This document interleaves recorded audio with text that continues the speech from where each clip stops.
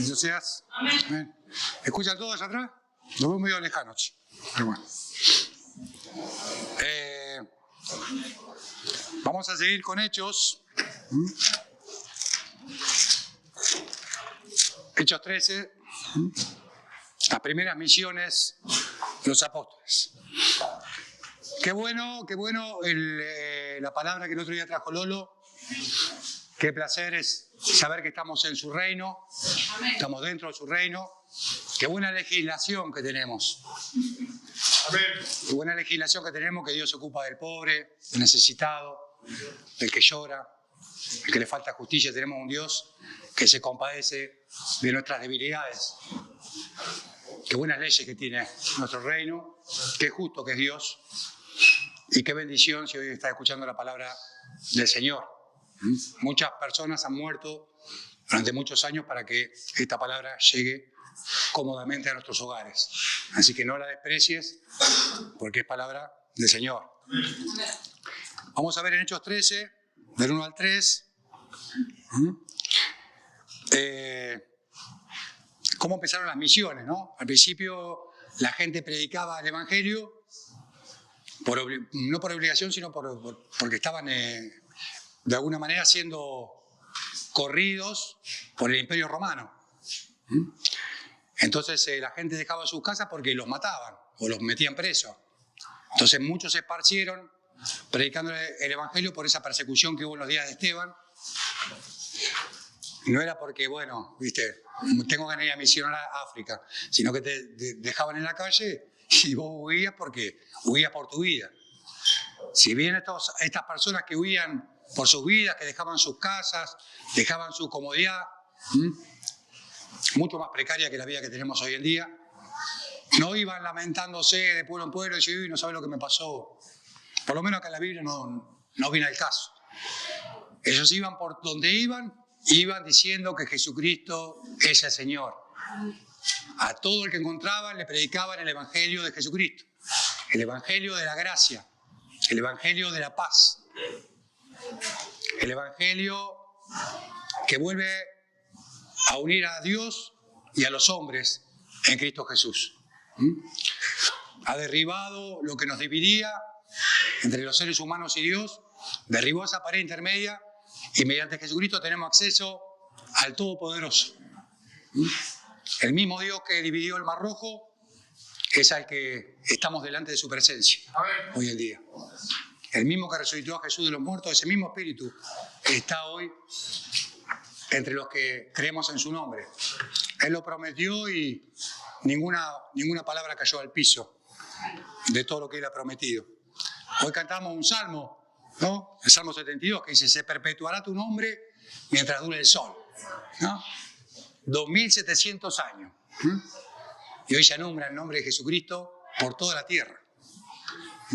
¿Cómo se han cumplido? ¿Cómo sabía el salmista hace 2700 años que por toda la tierra iba a salir el nombre de Jesucristo? Por toda la tierra iba a salir la palabra de Dios. ¿Cómo lo sabía? Es como si los versos, las últimas palabras de Napoleón perduraran por siempre. ¿Quién se acuerda de Napoleón? Nadie. Carlos Magno, ¿qué dijo antes de morir? Nadie sabe. No sé. Cualquier erudito, cualquier gran rey o emperador. No sabemos ni el nombre de Faraón. Pero el nombre de Jesucristo está por sobre todo nombre. Y se ha cumplido. Y es un privilegio poder nombrarlo y poder tenerlo. Que no se haya amistad otra vez con el Padre. Cada uno de nosotros había decidido ser Dios. En el huerto del Edén, cada uno de nosotros dijo, yo soy Dios. No necesito que nadie me venga a decir a mí lo que está bien y lo que está mal. Yo sé perfectamente lo que está bien y lo que está mal. Pero estamos equivocados, la humanidad está equivocada. Necesitamos un Salvador. Necesitamos que nos salve de nuestra propia miseria. Nosotros hicimos este caos. La humanidad misma. No le eche la culpa a los políticos. Nosotros somos malos con los vecinos. Nosotros somos los envidiosos. Nosotros somos los celosos. Nosotros somos los adúlteros. Toda la humanidad. Es siempre la culpa de mi mujer, dijo Adán. Era fácil. La tenía ahí al lado. Es mía la culpa.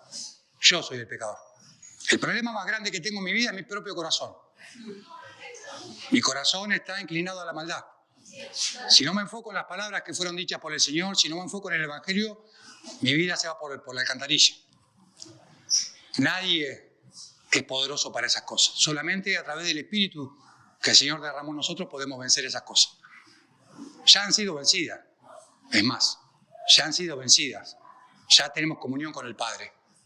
A través del Espíritu, a través de la fe. No es por obras. Así que bueno, sigamos con este espíritu. Leemos del 1 al 3. Había entonces en la iglesia que estaba en Antioquía profetas y maestros. Bernabé, Simón, el que se llamaba Níger, Lucio de Cirene, Manaén, el que se había criado junto con el Herodes, el tetrarca, y Saulo. Ministrando estos al Señor y ayunando, dijo el Espíritu Santo: apártenme a Bernabé y a Saulo para la obra que los he llamado. Entonces, habiendo ayunado y orado, les impusieron las manos y los despidieron. Muy bien. Entonces dice que en la iglesia esta de Antioquía, en aquellos días había profetas y maestros. Y empieza a enumerar los que había.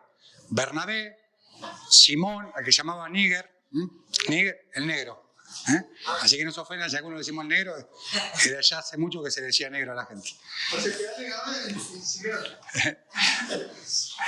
Lucio de Cirene, que era de África, de Cirene estaba en África, en el norte de África. Manaén, el que había sido criado junto a Herodes, era como un hermanastro, como un criado, el tetrarca, y Saulo. Vemos la diversidad cultural que había en la iglesia en aquel entonces, del primer siglo. Como pasa hoy en día. Llama peronistas, radicales, de Boca, de River, de la villa, de los barrios privados y de donde sea. A cuantos el Señor quiera llamar. Y no había ninguna distinción, ya que en todos ha sido derramado el mismo Espíritu. Dice que esto ministrándose al Señor y ayunando, ministrando al Señor era compartiendo al Señor, administrando al Señor. Primero le explicamos cómo es la gracia, después explicamos cuál es la obra del Espíritu Santo. Saben que el Espíritu Santo no puede habitar en un corazón con pecado. Por eso Jesucristo nos limpió primero. Nos perdonó todos los pecados. Si bien están ahí, nos perdonó, nos cubrió con su sangre para que pueda el Señor habitar en nuestro corazón. Legalmente era así. No podía el Señor habitar en un lugar sucio. Así que Cristo con su sangre nos ha limpiado para que tengamos esta oportunidad de tener el Espíritu Santo. Y el que no lo tiene, pídalo con fe. No aparece por venir a la iglesia. El Espíritu Santo no es algo, vos venís a la iglesia y viene el Espíritu. Sino que cuando creemos el Evangelio, cuando creemos que Dios envió a su Hijo, lo aceptamos como Señor, ahí es donde se agrada al Señor y ahí es donde viene a habitar. Necesitamos arrepentirnos. Nuestra vida no sirve para nada. Quizás sirva ahora, temporalmente, pero dentro de 100 años nadie se va a acordar. Dentro de 150 años nadie se va a acordar. Pero el Señor tiene memoria de sus hijos. Y sus muertos resucitarán. Amén. Así que estos ministraban al Señor y estaban ayunando. Y dijo el Espíritu Santo, no sabemos cómo lo dijo. Sabemos que lo dijo. Sabemos que lo escucharon. Apárteme a Bernabé y a Saulo para la obra que los he llamado. Entonces, habiendo ayunado y orado, les impusieron las manos y los despidieron. Era una costumbre de compañía, de compañerismo. Le impongo la mano a alguien y es como que diciendo, yo estoy con vos. Toda la iglesia te apoya. Es como si le dijeran a Pablo y a Bernabé, toda la iglesia está con ustedes, vayan a predicar el Evangelio. Acá no dice cuánto iban a cobrar, dónde iban a parar. Es un poco como el llamamiento a Abraham. Vete de tu tierra, de tu parentela, a la tierra que te voy a mostrar. Uno antes de ir de vacaciones quiere ver el departamento, quiere ver qué comodidades tiene, si cuánto tiene cosas, si tiene alcoba, si tiene vista al mar, si no tiene vista al mar. Airbnb, pagar. Claro. ¿Cómo se puede pagar? ¿En cuántas cuotas? Queremos saber todo. Acá esta gente vivía por fe. Por fe. A veces ser tan concreto, tener las cosas tan al alcance de la mano, debilita nuestra fe. Esta gente no tenía nada. Nada, no había ninguna seguridad. Vos y vos, a predicar. Ellos entonces, enviados por el Espíritu Santo, descendieron a Seleucia. De allí navegaron a Chipre. Al llegar a Salamina, anunciaban la palabra de Dios en la sinagoga de los judíos. Fueron derecho al grano, a sus parientes, a su misma religión. Es como si uno, después de haber sido católico 20 años, se da cuenta que la Virgen María no es salvadora y va y se para en la Iglesia Católica a decir: Jesucristo es el único mediador. ¿Te imaginas? Era escandaloso. Anunciaban la palabra de Dios en la sinagoga de los judíos. Tenían también a Juan de ayudante. Tiene por sobrenombre Marcos, este Juan. Habiendo atravesado toda la isla hasta Pafos, hallaron a cierto mago, falso profeta, judío llamado Barjesús, que estaba con el procónsul Sergio Paulo, varón prudente. Este, llamando a Bernabé y a Saulo, deseaba oír la palabra de Dios, ¿no? Tenemos al procónsul, Paulo, Sergio Paulo, ¿no? ¿Cómo se llama? Sí. Y quería escuchar la palabra del Señor, y había un tal Barjesús, un pseudo hechicero, un pseudo ahí, un mago, que estaba con él siempre. El 8 dice: pero le resistía Elimas. Así se traduce su nombre. Intentando apartar de la fe al procónsul. Tenía muy buena llegada. Fíjense que el Evangelio había llegado hasta los oídos de la gente que estaba gobernando. Gente poderosa. Que el intendente te quiera hablar. Que diga: Mati Millán, el intendente te quiere ver. Escuchó que estás haciendo un lío bárbaro en la plaza, cada vez que te parás ahí, quiere escucharte de cerca, el intendente. Hay que hacer lío, ¿no? Para que te llame un procónsul o para que te llame alguien. Se ve que habían hecho un lío bastante grande. 9. Dice que Elimas, intentando apartar de la fe al procónsul, entonces Saulo, que también es Pablo, lleno del Espíritu Santo, fijándole en los ojos, le dijo: lleno de todo engaño y de toda maldad, hijo del diablo, enemigo de toda justicia, ¿no cesarás de trastornar los caminos rectos del Señor? Ahora pues, la mano del Señor está contra ti, y quedarás ciego y no verás el sol por algún tiempo. Inmediatamente cayeron sobre él oscuridad y tinieblas, y andando alrededor buscaba quién lo condujera de la mano. Entonces el procónsul, viendo lo que había sucedido, creyó, admirado de la doctrina del Señor. Siempre hay enemigos. Los enemigos no van a aparecer mirando Netflix. Los enemigos no van a aparecer si hacemos las cosas común y corriente como hacen todo ser humano. Por ser buena persona o mala persona. Hay gente que hace tai chi, también es muy buena. Hay gente que estudia, ¿no?, la relajación y también es muy copada. Conozco gente muy, muy piola. Pero es el mensaje de Jesucristo el que rompe, el que viene a partir. El que viene a decir: o blanco o negro, o aceptas a Jesucristo o te espera la muerte. Y peor aún, el juicio y condenación para algunos. Ese es el mensaje que tenemos y ese es el mensaje que tiene que brillar y es el mensaje que tiene que partir esta sociedad. Como decía Jesucristo: no piensen que vine a traer paz. Vine a traer espada. Vine a poner a la nuera contra su yerno. Esto ya venía de hace mucho tiempo, el tema de la suegra. Los enemigos del hombre son de su casa. Teniendo mis padres creyentes, evangélicos, digamos, convencionales. Me acuerdo cuando empecé con Caro, íbamos a tocar a algún lado, íbamos para acá, para allá. Mi propia madre decía: no, pero bueno, también tampoco, no seas tan fanático, estás todo el día en la iglesia, todos los días tenés reunión. A veces la propia familia se opone al Evangelio. Y hay que estar muy atento para no dejarse llevar por los sentimientos, porque nuestra lucha no es contra carne y sangre. No es la suegra, el suegro, la persona. Él había reconocido, Elimas, que era un hijo de Satanás. Y no tiene parte en este reino. Los que estamos en su reino, Satanás no puede dañarnos. No puede dañar nada sin el permiso y sin la voluntad de nuestro Padre. Nosotros pertenecemos a su territorio, todos nosotros. Y acá, siendo autoridad de su territorio, y de que este tipo se estaba metiendo en territorio enemigo, Pablo con toda autoridad dice: vas a quedar ciego, enemigo de toda justicia. Las persecuciones van a estar cuando uno anuncia a Jesucristo. Cuando uno quiera predicar a Jesucristo, ahí van a venir las persecuciones. Pero también ahí está la autoridad del Señor.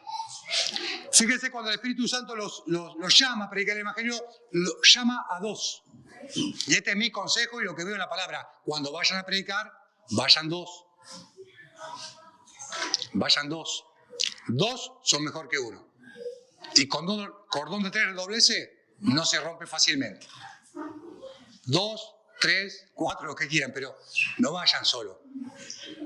Necesitamos que alguien, mientras uno predica, otro esté orando.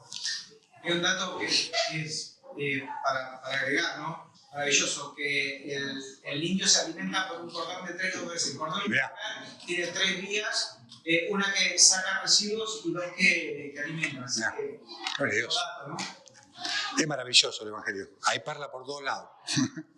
Hemos encontrado un tesoro en la palabra. Entonces siempre nos envía de dos. Estaban estos dos. Elimás se lo ponía. Y él, tranquilamente, fíjense que no lo maldijo para siempre. No dijo, bueno, listo, va a quedar ciego para siempre. Quedará ciego por algún tiempo. Le habrá dado un changüín, se habrá quedado esperando. Pero es ahí, en esa ceguera que él decreta para esta persona, que el procónsul, viendo lo que había sucedido, creyó. Entonces, hermanos, si vas con alguien más a predicar el Evangelio, tenés toda la autoridad del Señor, por el Espíritu Santo, de decir la palabra, de decretar la sanidad, de decretar la liberación, porque el Espíritu que resucitó a Cristo es el que está en medio nuestro. No hay otro espíritu de doble calidad, de otra calidad, es el mismo Espíritu. Y acá ellos estaban haciendo uso dentro del reino de los cielos, dentro de la jurisdicción de nuestro reino, lo que al Padre le agrada, predicar el Evangelio y apoyado por el Espíritu Santo con maravillas, con milagros, con prodigios, con lo que haga falta. Es como si el Señor nos dice, vayan, que yo estoy con ustedes. ¿Qué hace falta para que vayamos? Fe. Fe es lo que dice el Espíritu. El Espíritu Santo nos tiene que volver a decir ahora, vayan y prediquen. Dice, el Espíritu los había mandado, pero el Espíritu nos dijo otra cosa que nos había dicho el Padre. Nos dijo otra cosa que el Señor nos envió. Es el mismo. Ah, el Espíritu me manda que predique. Le voy a preguntar al Padre. Señor, ¿qué quieres que haga? Ir por todo el mundo y predicar el Evangelio a toda criatura. No van a encontrar otro Evangelio. Entonces, ya hicieron la entrada en Chipre. Vamos. Dice, bueno, listo, ya está. Termino, me voy a mi casa. Está mi esposa esperándome, los chicos, la casa, tengo que ir a laburar. Terminaron ahí, habiendo zarpado de Pafos, Pablo y sus compañeros llegaron a Pergue, de Panfilia. Pero Juan, que era Marcos, apartándose de ellos, volvió a Jerusalén. Ellos, pasando a Pergue, llegaron a Antioquía, de Pisidia. Entraron en la sinagoga un sábado y se sentaron. Después de la lectura de la ley y de los profetas, los altos dignatarios de la sinagoga mandaron a decirles, hermanos, si tienen alguna palabra de exhortación para el pueblo, hablen. Listo. ¿No? Llegaron a esta ciudad, Antioquía de Panfilia, y dice, bueno, en la sinagoga lo reciben como dos extranjeros que venían, seguramente tenían apariencia de judíos, de ser judíos piadosos, conocían la ley. ¿Tienen algo para decirnos? Y ella arrancó tipo Nico con Romanos. Entonces Pablo Pablo se levantó y hecha la señal de silencio con la mano dijo: israelitas y los que temen a Dios, escuchen, el Dios de este pueblo de Israel escogió a nuestros padres y enalteció al pueblo, siendo ellos extranjeros en tierra de Egipto. Y con mano levantada lo sacó de ella. Acá va a hacer un repaso de la historia y les aconsejo, los que no son muy duchos de la Biblia, este es un buen pasaje. Léanlo todo y van punto por punto al Antiguo Testamento a leer cada historia que está relatando. Si alguno hace más de 1 año, 2 años que viene a la iglesia y no conoce esta historia, están faltos de olla. Hace falta leer las Escrituras. No diga no entiende, porque es espiritual. Es una disposición de corazón el entendimiento. Yo he visto gente que no ha terminado ni primer grado tener un manejo de la palabra del Señor maravilloso. Una revelación. Mi padre no había terminado primer grado. Íbamos a una iglesia que no era una gente totalmente ignorante. Leía muy poco.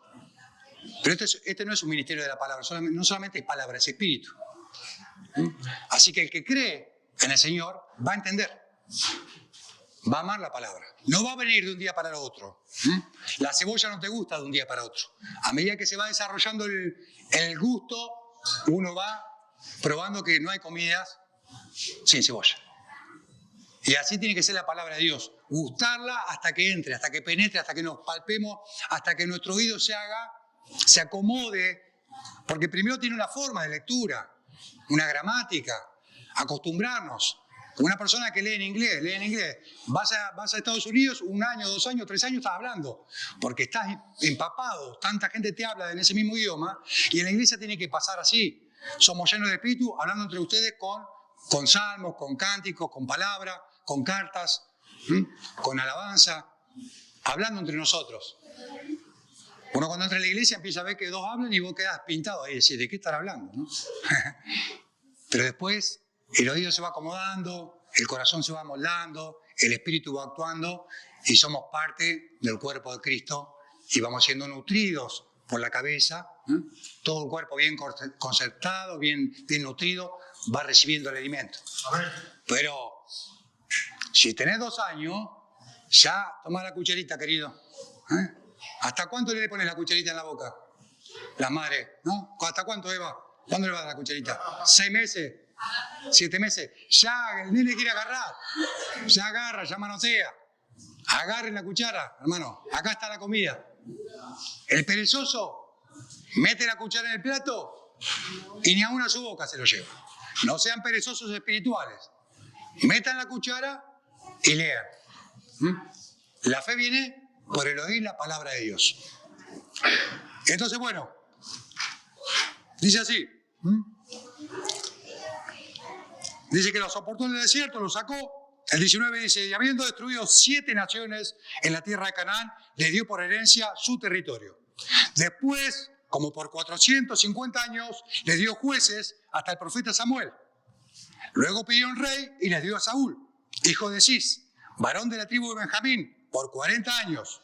Quitado les levantó al rey David, de quien también dio testimonio diciendo, he hallado a David, hijo de Isaí, varón conforme a mi corazón, quien hará todo lo que yo quiero. David era un gran personaje, de alguna manera, una tipología, o de alguna manera figurado, cómo iba a reinar el Señor sobre todos. El 23 dice, de la descendencia de y conforme a la promesa, Dios levantó a Jesús por Salvador de Israel. De David a Jesús, por Salvador de Israel. Se abrieron los ojos. Claro, porque básicamente le estaba predicando a un pueblo que tenía la palabra, el Shema, oye Israel, el Señor tu Dios, uno es. Y amarás al Señor tu Dios con todo. Entonces, le estaba predicando que este era el Mesías, que este era el Mesías prometido, el Hijo de Dios que iba a venir, el Cristo, que Él, a través de Él, iba a estar este encuentro deseado con el Padre. A través de Jesucristo se iban a cumplir todas las promesas del Antiguo Testamento. Era en Jesucristo que estaban todas las promesas cumplidas en Él.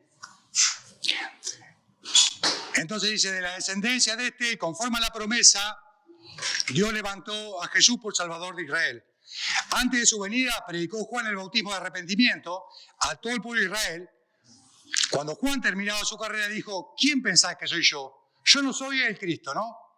Pero viene tras mí uno de quien yo no soy digno de desatar la correa de sus pies. Este Juan el Bautista comía langosta y miel silvestre. Vivía en el desierto y se vestía con una túnica de piel de camello que era áspera como bolsa de pillera. Ahora cuando vos los ves a los tipos, estos eran los apóstoles, ¿viste? Con esos trajes de Dolce y Gabbana, pero ¿quién sos? ¿Quién te cree? Andan en aviones privados, ¿no?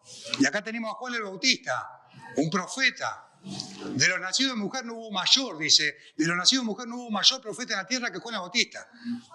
Separado del vientre de su madre. Vivía solo en el desierto, apartado, oraba. ¿Ayunaba? Otra que la keto. Uno hace ayuno para adelgazar, pero estos ayunaban de verdad. Estaban días en oración y esperando el llamado del Señor. Y Juan el Bautista era uno de esos.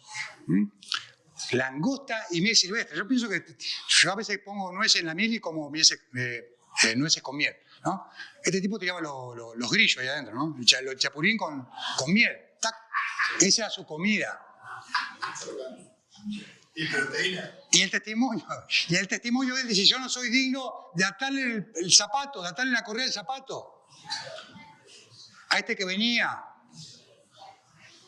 con el poder de Dios. No somos dignos de esto. Sin embargo, el Señor nos dice que el más pequeño en el reino de los cielos es mayor que Juan. Miren qué gracia nos ha dado Dios. Qué gracia. No hay que ir arrastrado hasta Luján, arrodillado en las rodillas, ni soportar carga, ni golpearse por mi culpa, por mi culpa, por mi culpa. Hay que aceptar la gracia del Señor. Hay que aceptar su regalo. No despreciemos al que llama. No despreciemos.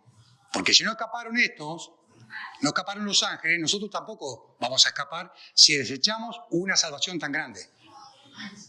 Lo que hizo el Señor, movió cielo y tierra. Léanse el Salmo 18, como para saber lo que hizo el Señor por nosotros. En Cristo Jesús lo hizo.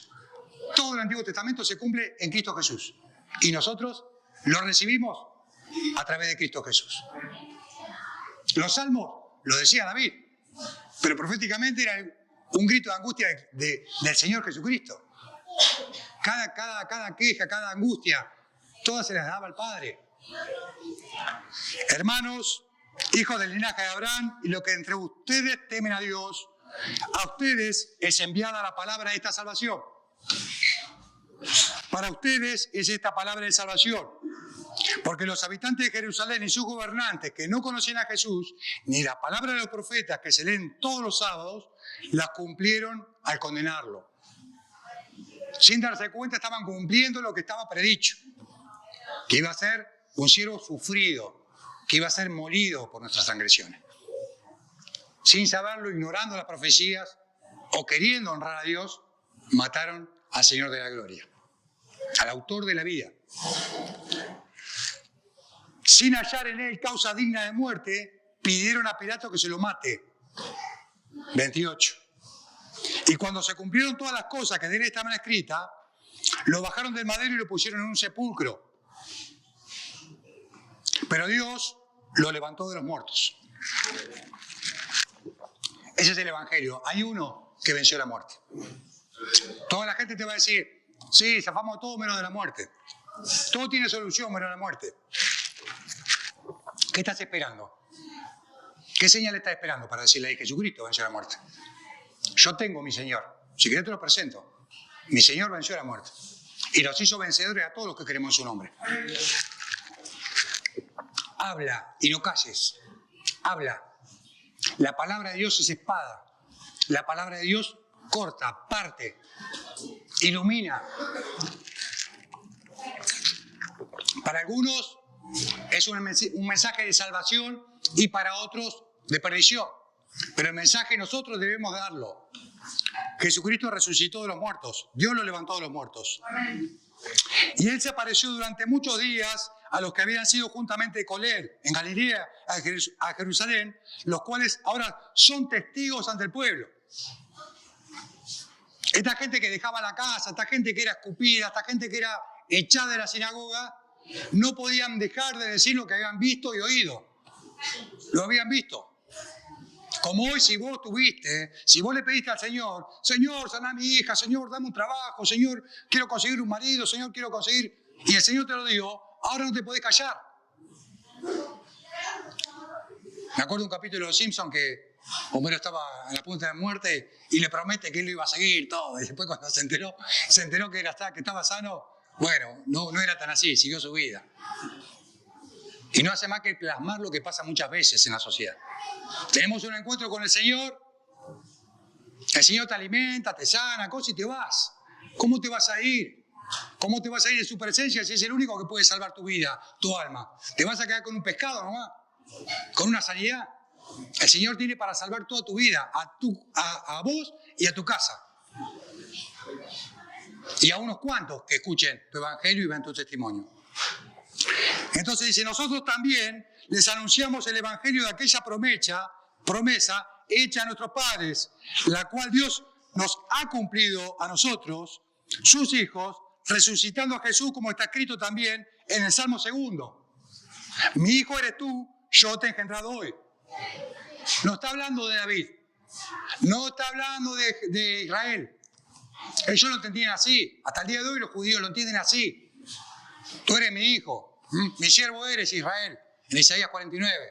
Sobre ti me gloriaré. Y ellos piensan que es el pueblo, la nación, la bandera, la banderita, Netanyahu, no se me sale.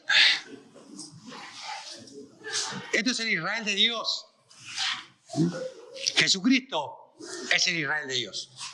Y nosotros estamos en Él. Y en Él se cumplen todas las promesas que se cumplieron en Jesucristo, se cumplen también en nosotros. Amén. Mi hijo eres tú, yo te he engendrado hoy.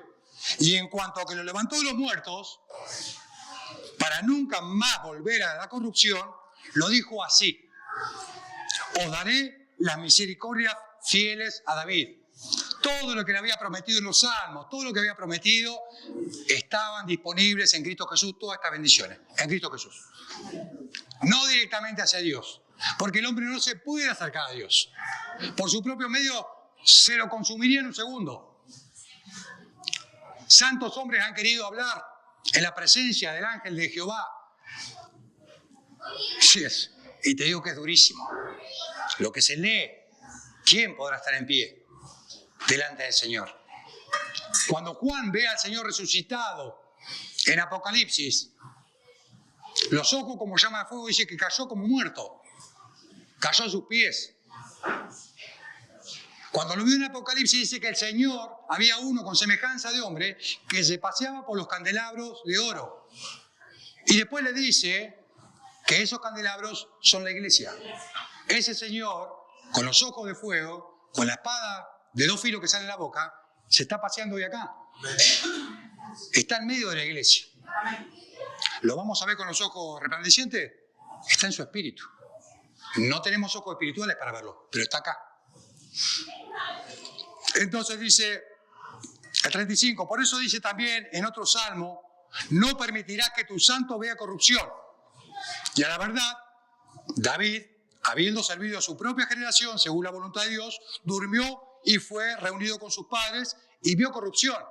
Se lo comieron los gusanos. Al cuerpo de David se lo comieron los gusanos. Entonces cuando él decía, David le decía, no permitas que tu santo vea corrupción, no era por él mismo, sino que por el Espíritu, decía los sufrimientos del Cristo. Decía lo que iba a pasar Jesucristo. Eso le está diciendo a los judíos. Eso le está diciendo a la nación de Israel. Abran los ojos que se cumple así la palabra. Se cumple así, en Cristo se cumple. Todas las palabras se cumplen en Cristo Jesús. El 37 dice, pero aquel a quien Dios levantó no vio corrupción. No había nadie en la tumba. Y esto no lo declara una persona, ni 2. Más de 500 testigos lo vieron. Y no solamente lo vieron, sino que estuvieron dispuestos a morir por ese testimonio. Yo no salgo por falso testimonio ni por un choque. Viene Nico y me dice, che, hermano, mirá, me choqué, así. Vamos a hacer una cosa, meté la lámpara para atrás y dame, chocame el coso. Dice, entonces hacemos pasar por el seguro. Ni loco lo hago yo. Por más que sea mi hermano. ¿Por qué mentir? Y no voy a salir de testigo de una mentira. ¿Quién iba a morir por una mentira? Y lo que Pablo está argumentando es esto. Sí, Ale. ¿Qué quiere decir cuando dice vio corrupción? No vio corrupción como diciendo no se corrompió su carne. La carne de Jesucristo no se corrompió, sino que fue vivificada. Fue restaurada, ¿no? Y morfó después también. Y comió. Amén. Sí. Entonces dice 38. Sepan entonces, hermanos, que por medio de él, que por medio de Jesucristo se le anuncia perdón de pecado. ¿Qué estamos anunciando? Que el Señor te perdona todos los pecados. Amén. Aunque tu conciencia no lo tiene en el subconsciente, no querés ver tu lado malo, somos bastante complacientes con nosotros mismos. Y nos queremos hacer una historieta que somos re buenos. Pero yo sé que en el fondo de mi corazón hay perversidad, hay maldad. Si no fuera por la sangre de Jesucristo, no podría ni levantarme delante del Señor. Si no fuera por Él, por el sacrificio de Él, no podríamos estar hablando hoy delante de la presencia del Señor. Entonces, ¿qué anunciamos? El perdón de pecados. Todos tus pecados te son perdonados. Si estás arrepentido. Si te das cuenta que tu vida es una equivocación. Nuestra vida va a haber corrupción, nuestra carne va a haber corrupción. Por más que nos matemos en el gimnasio, que nos cuidemos con la comida, lo que sea, nuestra carne se va a corromper. Pero acá tenemos al que fue levantado de los muertos. El testimonio de los apóstoles que no va a quedar para siempre nuestra carne acá en la tierra. El Señor va a restaurar esta carne, nos va a levantar del polvo, va a poner hueso sobre hueso, tendón sobre tendón y nos va a dar un cuerpo incorruptible. Esa es la promesa que tenemos del Padre. Y la confirman los apóstoles y los testigos. 39. Y que de todo aquello de que no pudiste ser justificado por la ley de Moisés, en él es justificado todo aquel que cree. Todos los que vieron cuáles son los 10 mandamientos.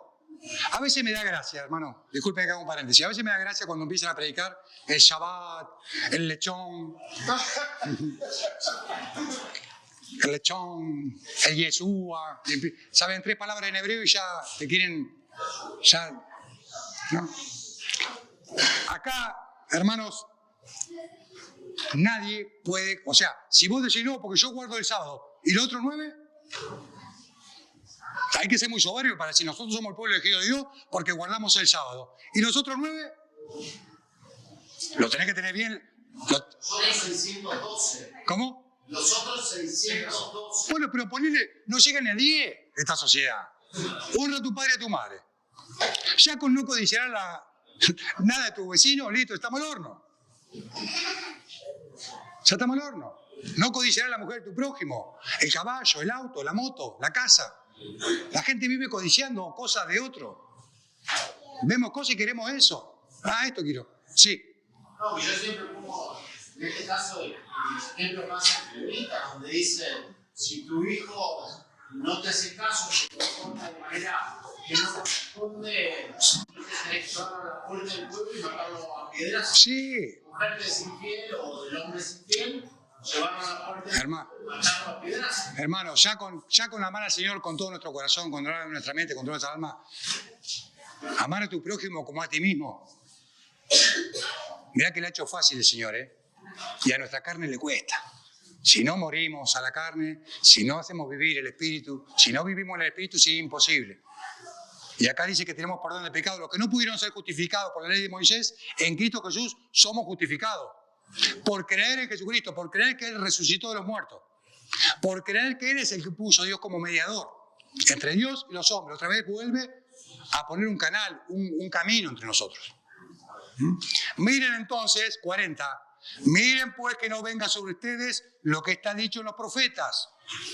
Miren, menospreciadores, asómbrense y desaparezcan, porque yo hago una obra en vuestros días que no la van a creer si alguno se la cuenta.